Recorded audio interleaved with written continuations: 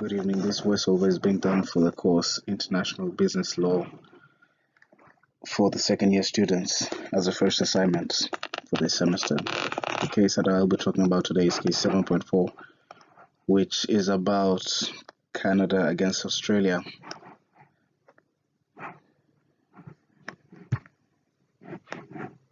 As it currently stands, Canada would like to export salmon to Australia. Australia has, however, denied the importation of such salmon because it does not comply with their regulation.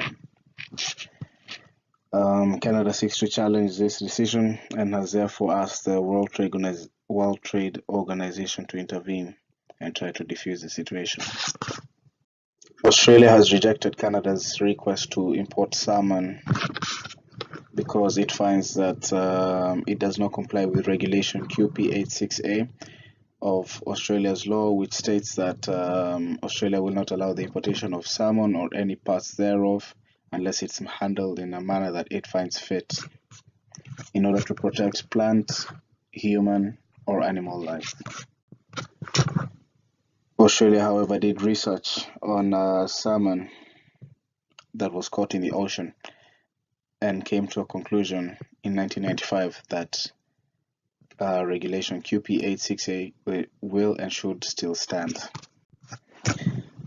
Canada, however, finds that this is unjustified and has therefore asked the World Trade Organization to be involved in the matter to be able to pass a verdict. The main question in this case would be: are Australia's actions unjustifiable, and are they actually discriminating against Canadian imports?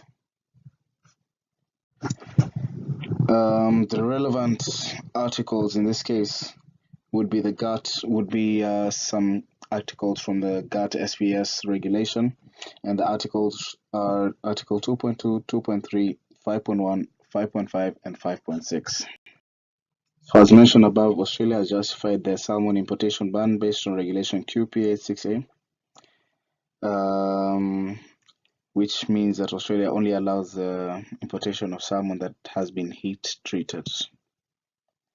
Having received Canada's request for market access, Australia went to conduct a risk analysis, but however, they went and conducted a risk analysis on uncooked, wild, and adult caught salmon.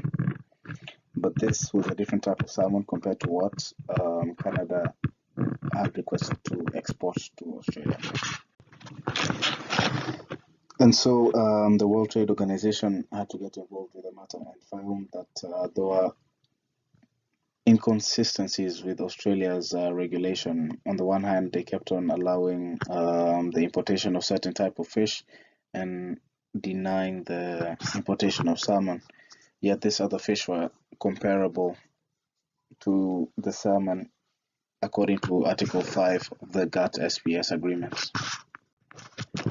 With Article 5.5-1, the panel found Australia to be acting discriminately against Canada, but Australia denied this by referring to Article 2.2, which states that Australia can and has to protect plant, human, and animal life. But the VTO came to a conclusion that Australia was indeed applying different measures for different types of fish, which was quite discriminating.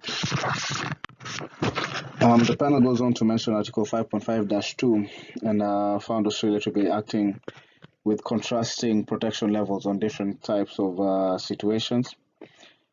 Even after taking into consideration that risk can vary from imported salmon, the panel still found that the evidence provided by Australia was insufficient and therefore unjustifiable. Australia did, however, not come up with a good enough argument for this and referred once more to Article 2.2, which stated that they could protect plants, human, and animal life.